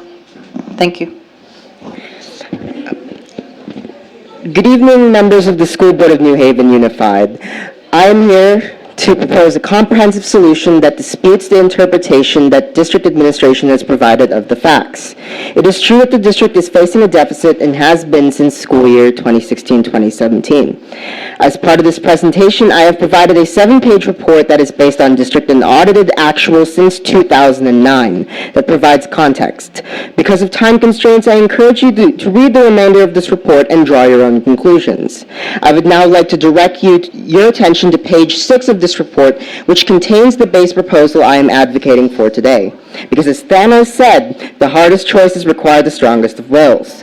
It's time we end the strike, provided teachers with a 6.9 to 10% on-schedule salary increase. To provide robust financial health for the district, I suggest passing a permanent parcel tax. Since 2008, 14 California school districts, including Oakland Unified and San Leandro Unified, have passed permanent parcel taxes. This proposal is in compliance with Proposition 218 that allows significant flexibility in how the money is spent. You will find I have provided revenue projections for both a 0.25% parcel tax and a 0.75% parcel tax. The 0.25% on the average value would raise $5.52 million at a cost of $33 per month for the taxpayer. A 0.25% parcel tax at the maximum value would raise $13.672 million at $83 a month. Now, there are some concerns that I know you may have, including the legality due to the language involved in Proposition 13. It does exist, but as the Public Policy Institute of California stated in a report, a tax based on the parcel value is a viable option that is not limited by Proposition 13. Voters will approve these parcel taxes if we settle this strike now, and if we have the right oversight through a creation of a budget advisory committee that will work directly with Annette Heldman on this. Please pass this parcel tax, end this strike, and fix this district. I implore you to do so.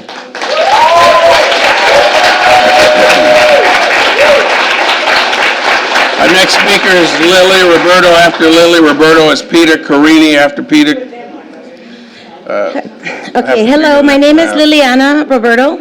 I teach second grade at Searles Elementary. I have a master's degree in education. I have taught for 27 years. I have been at this district for 15 years, and I have gone to every PD that this district has put on. I heard from Tracy Noriega herself say that culture is what is near to and dear to your heart. Dear board members, community and teachers, what is near and dear to my heart are my students. I am completely and utterly heartbroken because I can no longer see all of them or hug each one of them as they come into my classroom. I can't help them with their learning anymore. My students were learning how to multiply. I can't read to them or tell them how proud I am of them or how much they are learning every day and kiss your brain because you're so smart. I can't do that anymore. Another thing that is near and dear to my heart is all these teachers at this school district. They are some of the kindest and most dedicated people that I have ever met. You have an incredible amount of heart and talent sitting right here. All these teachers here were hurt, and I think that's why we're so angry, because we believed in you, and we went to all these PDs, and we heard you, and we believed you, and we were so loyal.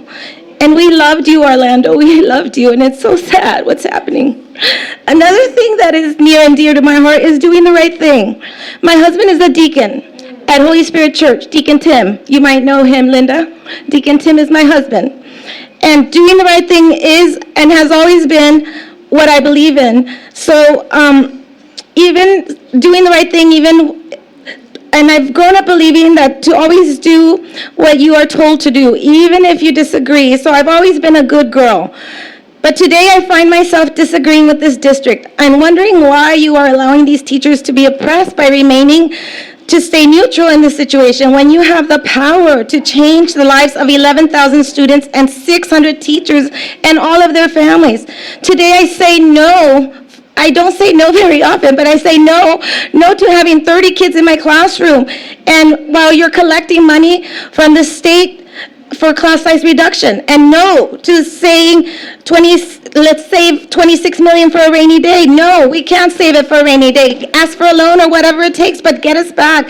No to asking COLA in our contract year after year. Every year we ask for a contract. No to administrators getting 3 times more pay than us. No to a life where teachers need to work a second job to provide for their families for professional pay. No to you keeping $4 million from our 11-day strike. You got $4 million right there. Added to your 26. Now you have $30 million. Now you can afford the 3% we're asking for. No to punishing our retired teachers for standing by our side on the line. No to lies. We are not the highest paid school district in the Bay Area. San Mateo is. And guess what? They make 112.218, and they are making a total of $38,533 more than us, plus benefits. And if our teachers were the highest paid, we wouldn't have the majority of these teachers working a second job. Finally, the students and teachers, if it's doing right by them, then please, I beg you. Or we could go. I'm on my last thing. All right, finish up, please. So that's it. If students, teachers, and doing the right thing is also dear to you, then please accept the fact-finding reports. They tell you you do have the money. Thank you. And settle this contract.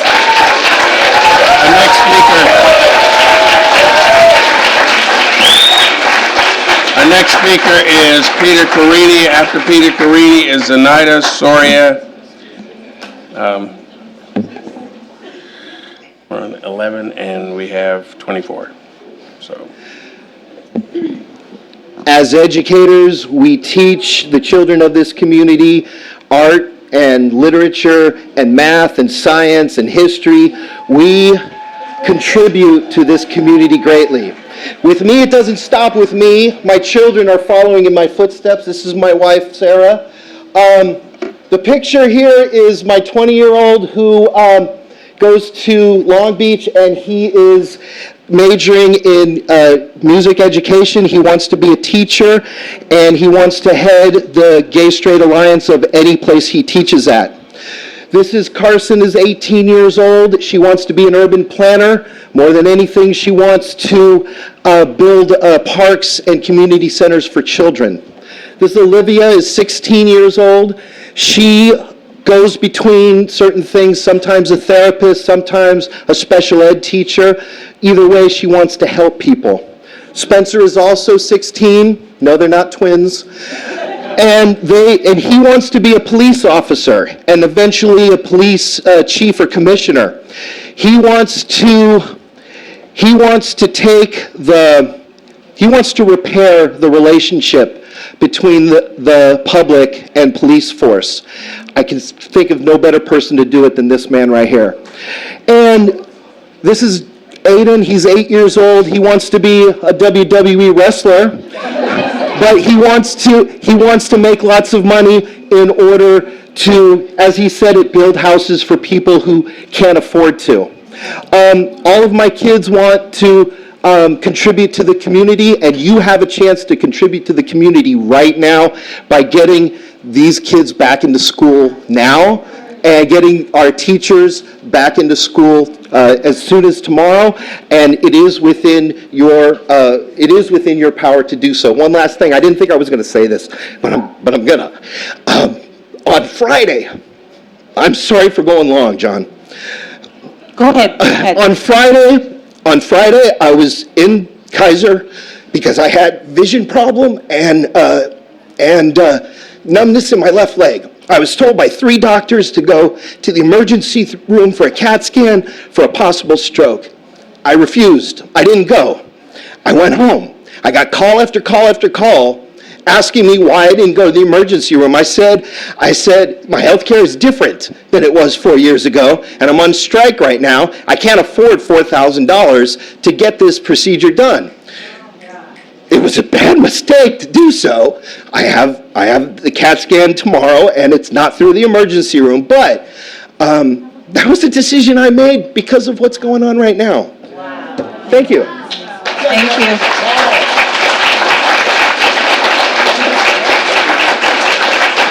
Next speaker is Zenaida Soria. Again, I can't make out the last name, but it's Zenaida Soria.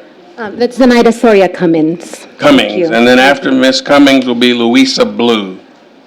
The last time I stood before the board, I was a New Haven teacher. I stand before you as a product of a once proud legacy of New Haven with committed, dedicated, and talented teachers. My siblings and I attended Pioneer, Alvarado, and James Logan from the years 1982 to 2000. I was a New Haven educator and a member of NHTA from 2001 to 2012. I worked at Cesar Chavez and Conley Caraballo. I'm now currently a professional development specialist working with schools and districts across the country.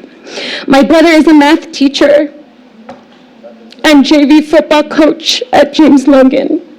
My sister-in-law is a sped teacher at Cyril's, who also happens to be a product of New Haven, and are also residents of Union City as I am. Our uncle is a 5th grade teacher at Alvarado Elementary School. We have countless friends, fellow New Haven alumni, and past teachers that were our teachers that we walked to the line with the last 11 days for a fair contract. Most importantly, I stand before you tonight as a New Haven parent, fearing for the legacy that my 3 children will be left with from New Haven Unified. My oldest graduated from James Logan, class of 2018. She now attends San Diego State. And I have a 10th grader at Logan and a 5th grader at Pioneer who have also walked the line with their teachers. And that is the legacy that they will remember of New Haven, not the legacy that I remember of New Haven. I stand before you, Board of Trustees. You've heard our parents, our New Haven community, and what they feel about the leadership today. And I appeal to you as a former educator, a product of New Haven, and a current member of the New Haven community, and as a parent, I appeal to you to remember what the legacy you are leaving, not just for my children, not just for the children that are here tonight, but all 12,000 of the students here as well, because every day they are in the classrooms with the dedicated and committed, talented teachers who are on the picket line. Still, you can end this tonight and change the legacy that you'll be leaving. Thank you.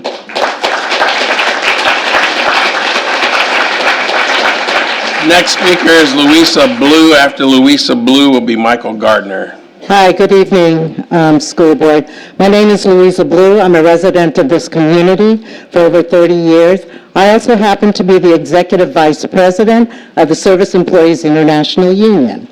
So I'm speaking at a national level. So I raised my kids, my daughter and my son, in New Haven, and now I have 4 grandchildren that go to New Haven.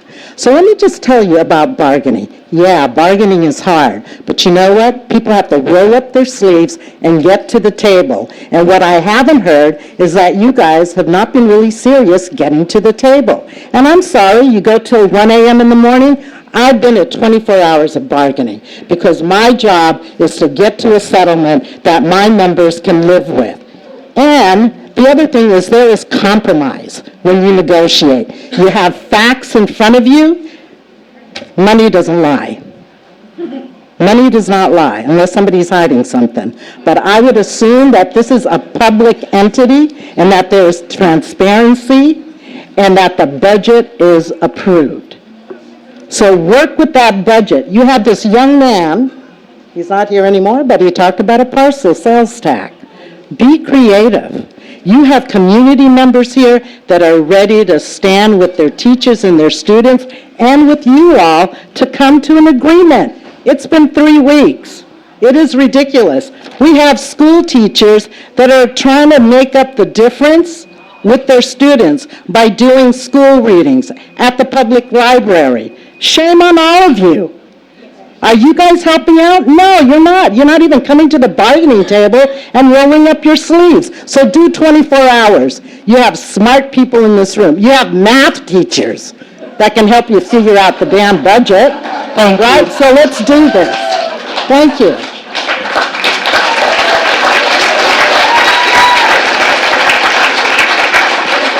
Next speaker is Michael Gardner. After Michael Gardner is Lita Morris. Hey guys, I'm just going to read this because I wanted to rewrite it. I'm just going to read it. Good evening, board. I imagine you have a pretty good idea of my feeling on the matter. I've been consistent in assuming the best, taking the high road, and appealing to the better angels of our nature. It's not always easy, and we all have a tendency to see each other's flaws, but not our own. So I want to continue to assume the best, take the high road, and appeal to your better nature. So instead, I'm going to talk about myself. I grew up a very prideful young man. I thought I was the smartest of all my brothers and sisters, and I thought I was smarter than everyone I met. And I feared that this flaw will always continue, though I still try to resist it. And my dad had the best reaction. It's like he would laugh at me. He'd say, "Michael, I'm glad you think you're so great. Everyone else thinks you're," and there's children in the room. And then he would laugh and laugh and laugh. And I thought he was joking, but he was not joking. And another thing more fitting in this particular situation is he would say, "I'd rather be happy than right." And I'd be like, "I wouldn't, I'm right." And then he would laugh at me.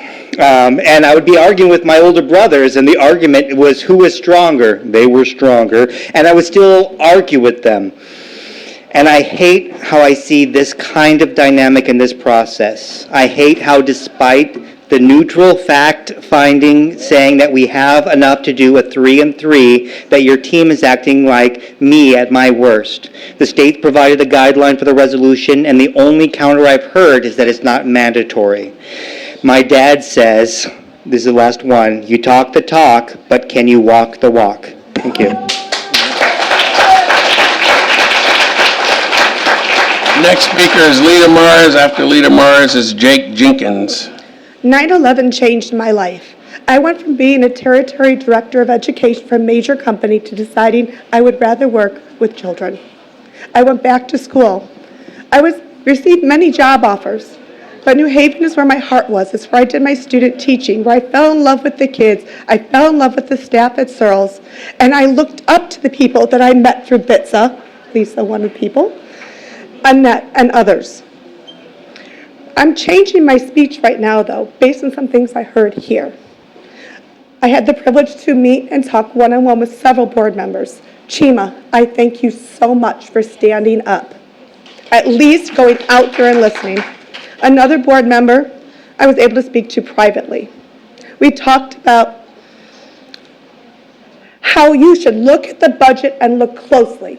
First of all, you don't chop from the bottom, the assistant principals that need to be there and take care of the kids. You chop from the top. Number 2, I just sat and listened to May, who just gave another dire, we're going to lose another $100,000. Just sitting in my seat here, I'm looking at what you're going to vote on tonight. Do we really need to pay out $21,600 for 8 days of someone to come in and train in UDL right now in this budget crisis? I can tell you from personal, the subs probably won't be there. The teachers will make the lesson plans, they'll go in, there won't be a sub, they go back to their classroom. I hope not, but to me, that's not the right time. $45,000 you have tonight that you're voting on for consultants for Dakota School. I don't know if that's really important or not for sure, but that's $66,000 out of the $100,000 for what I'm looking at now. I bet you if you open up the books, myself and others in the community can find other things. I was privileged to try out a $3,000 sound amplification system this spring. It was wonderful. But would I rather that $3,000 go in the pockets of teachers right now that can barely pay their rent, feed their family, or need to save for their kids to go to college? I would. I've heard some great ideas from some board members up there. It's time to step up, speak out to end this. It's time to give us the raise. I miss my kids. My husband wants hundreds of silk moths out of my house and back in the classroom. I want the things I bought for my kids to be in their hands. I want them reading. I want them learning. I'm not done teaching. I belong in the classroom. They belong in the classroom. And I cannot believe that 2 of you were not there at board meetings. I know what the norm is, and I know there are districts that step out of the norm. Be past the norm. You've asked us, look at those posters, to go up and beyond. And we try. We get up early in the morning, and we step late at night to grade and get back to parents and our kids. It's time to step up. Thank you. Next speaker is Jake Jenkins. After Jake Jenkins will be Eric Hines. Hey, good evening, board. Jake Jenkins. I'm a parent. I have 2 children in elementary school at Delane Easton. I'm here to, voice my opinion that I'm not happy with the way the school district's being run right now and the way we're handling negotiations. It's really disappointing that we're entering, our 3rd week of strike and the children out of school, and that there's so much distrust and miscommunication on both sides about the issues. I am late to the party. A couple months I've been ramping up on the issues. I've attended some of the public forums, and I've read pretty much everything I can find. And I would say there's still not a very clear story being communicated from either sides, which is really unfortunate when this is such a serious issue to so many parties. At the end of the day, I hold myself accountable for not being more involved, because we didn't get here overnight. This happened over many years and over many years of mismanagement. And so my job as a voter in the community is to hold you accountable And my understanding is that you are to hold the super accountable. And I attended a public forum and listened to the superintendent and the CFO explain or try to explain what was going on in their district. And I was sorely disappointed with their knowledge, with their understanding, and most importantly, with their vision to lead us out of this. There was no vision. There was no plan. The lack of trust and disengagement that they built with their core employee base, these are their people, and they've completely lost the trust of their people. I don't see how Orlando can lead us out of this. He's clearly a lame duck. What I would ask for you as the board is to take quick action, release Orlando, and move forward with negotiations. He is not helping the situation. If you won't do that, I'll have to follow up and support the removal of you as board members. However, that sounds like someone started that process, but I think the ball's in your court to take action with Orlando and end the strike now.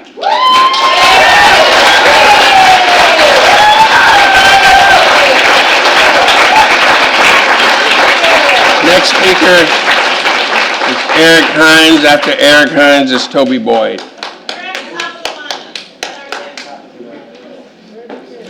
They put in duplicates. Is Liz Ortega going to speak again? Next speaker is Colleen Hazlett. After Colleen Hazlett is Dahlia Vigil.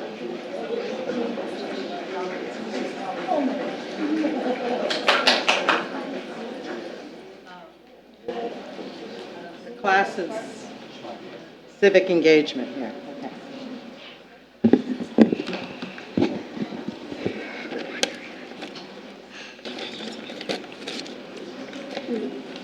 Hi, my name is Dahlia. I'm in second grade at Hillview Crest.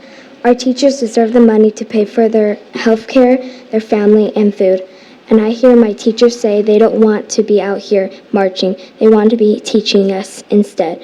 Thank you for this time to speak.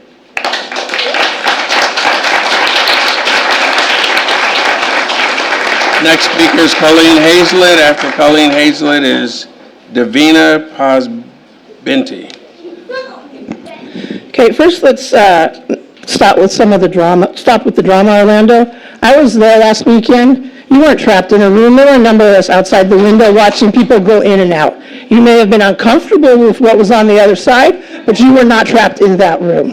Okay, Sharon, last week, at the beginning of that board meeting, you said, per Government Code 54954.3, it is against the law at special meetings for the board to allow comments on non-agendized items during special meetings. Okay? I looked at that code, and I didn't see anything about it being against the law. So I'm wondering if you actually read that yourself, or if you just read something that was fed to you without knowing your facts. And if that's the case, that's a big part of the problem here, is the board is accepting things that are being handed to them without knowing the facts and verifying it for themselves. In the sports world, if you're a coach, many people that coach know there's a saying, you can be good or you can be right, but you can't always be both. Right now, none of you are being good or right. In this game, and do what is good and what is right for everybody in this room and all of the kids sitting at home. Thank you.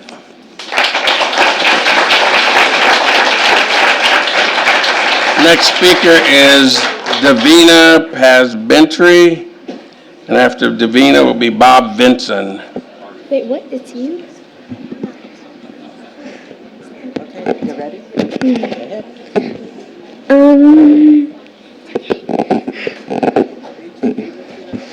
That's not what I wrote. My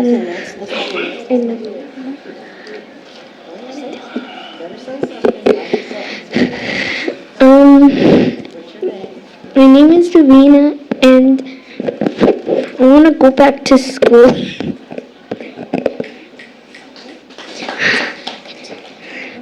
And I miss my teachers, and it's hard to not go to school. And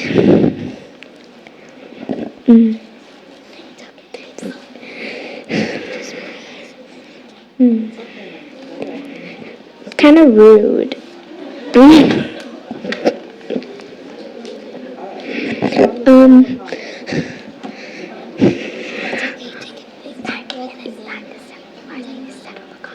You need to settle the contract, and my friends, and I would like if you guys can just let us go back to school. It's not okay. It's not okay because we're not learning.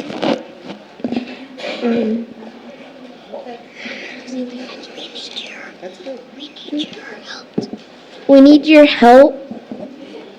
And can you please? Say thank you very much. Thank you very much.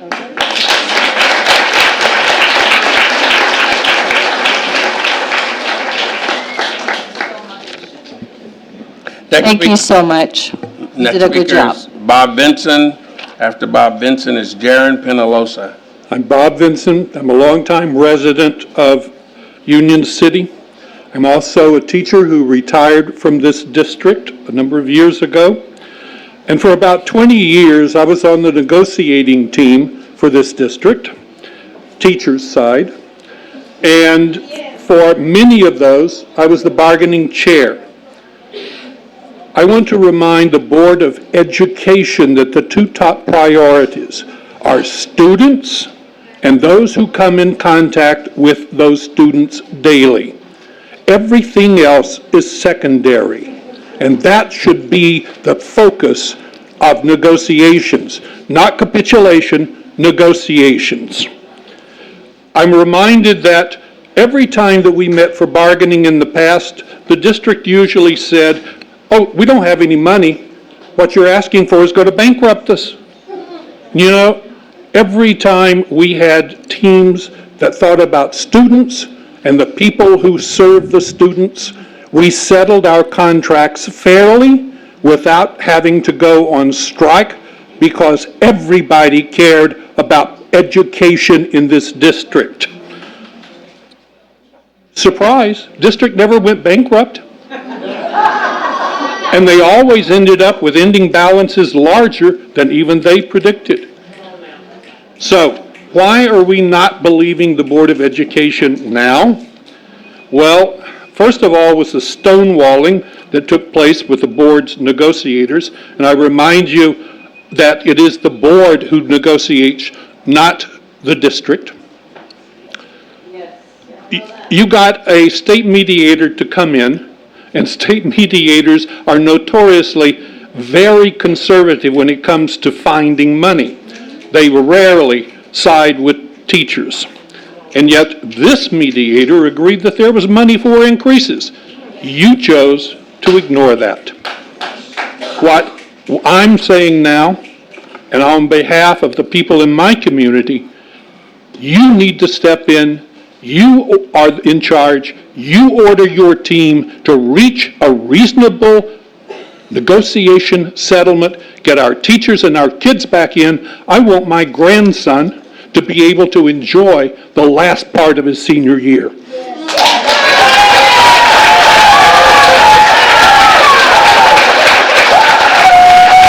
Next speaker, Jaron Penalosa. After Jaron Penalosa will be Kimberly Quinto. Hello, everyone.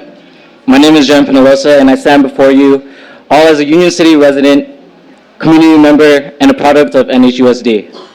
I am filled with anger and frustration with the entire community of what's been going on for too long. As someone who's gone through it all, Alvarado Elementary, Ileong Veracruz, and a Logan alumni, class of 2014, this school district is filled with so many caring educators that believed in me and actually cared for me. With all the stress that comes with lesson planning, grading, relationship building, and the time for self-care, we need to recognize the dedication and the hope that our teachers give to the youth.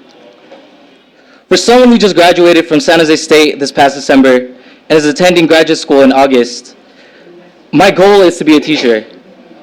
And I've received so many questions from professors and mentors asking, what do I want to teach and where? I tell everyone proudly, my dream is to teach ethnic studies at James Logan High School. Why? Because James Logan gave me the whole community that made me the person I am today. because I want to give back to a community that made me feel included and special. But it feels that although my teachers and community are protecting that dream, the district wants to push that further away. The following up question is, why education? Teachers don't make a lot, and that's true. Teaching is a moral activity, a labor of love. But at what cost? For larger class sizes where it's difficult for teachers to build relationships? For a huge commute for teachers that can't afford to live where they teach? Or because teachers are burning out because they're struggling financially?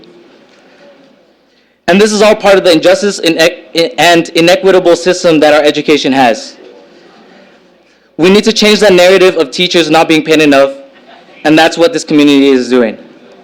I'm proud to see firsthand solidarity and unity that this community has shown, but at the same time, it hurts my heart seeing the community tear apart. As an alumni, community member, and a future educator, I hope I can see this end all soon, and that we can provide a hopeful and healing space for what this strike has done. Thank you.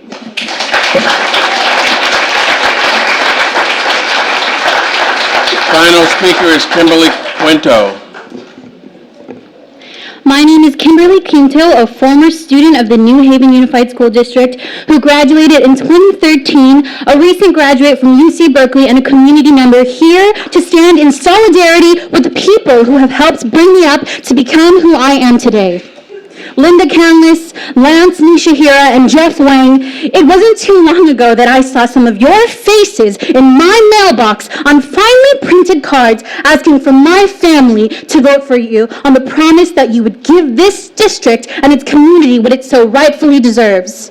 I can't even imagine how difficult it is to sit in the seats that you currently sit in right now. But what's difficult is living here in the Bay Area. And with that being said, it only makes sense that you fulfill the very basic needs of the compassionate, patient, and forgiving individuals that make up this district. Why do you choose to fail our teachers, who work endlessly to give students the quality education that they deserve? Why do you choose to sit in these seats and fail the very community that you chose to serve? The very community that counted on you, relied on you, and depended on you to push for a decision that supports our teachers and essentially our students. It's not hard to push for the right decision. And when I do have kids, if that ever happens, I refuse to put them in a district where teachers are unsatisfied, where turnover rate is high, and in a district with a school board that's not even in support of its own constituents, where good quality teachers are leaving because, one, living in the Bay Area is impossible, and two, because the district obliviously failed to accommodate to that. And to put it into perspective, it was Mr. Tim Campbell who taught me how to write, how to think critically, how to be precise in my argumentation. It was Miss Erin Cross who welcomed me into her classroom with nurturing arms and taught me the basic life skills necessary to be the person that I wanted to be. And last but not least, it was Miss Rita Palapo who taught me how to speak my native language with eloquence and grace. She taught me the history of my people and an aspect of my knowledge that can never be taken away from me. Mr. Bra was just a man who I waved to in the hallway. As for the superintendent, I didn't even know who that was, but I think it's obvious to say that he or she made no impact in my life. Superintendent Smith, you said it was disheartening to see humans treat humans in a way that is disrespectful. But what's disheartening is seeing their salaries go into yours. In you not choosing to advocate for a decision that supports teachers, you give into the fact that teaching is a thankless job. And with the impact that these teachers have made in my own personal life, I refuse to stand here and let you think that. Please advocate for what's right. You hold the power of privilege, and quite frankly, it is in fact your duty to do so. These kids want to go back to school, and so I have a question for you. Do you have 545 teachers available tomorrow if parents were to trust you with their kids? Thank you.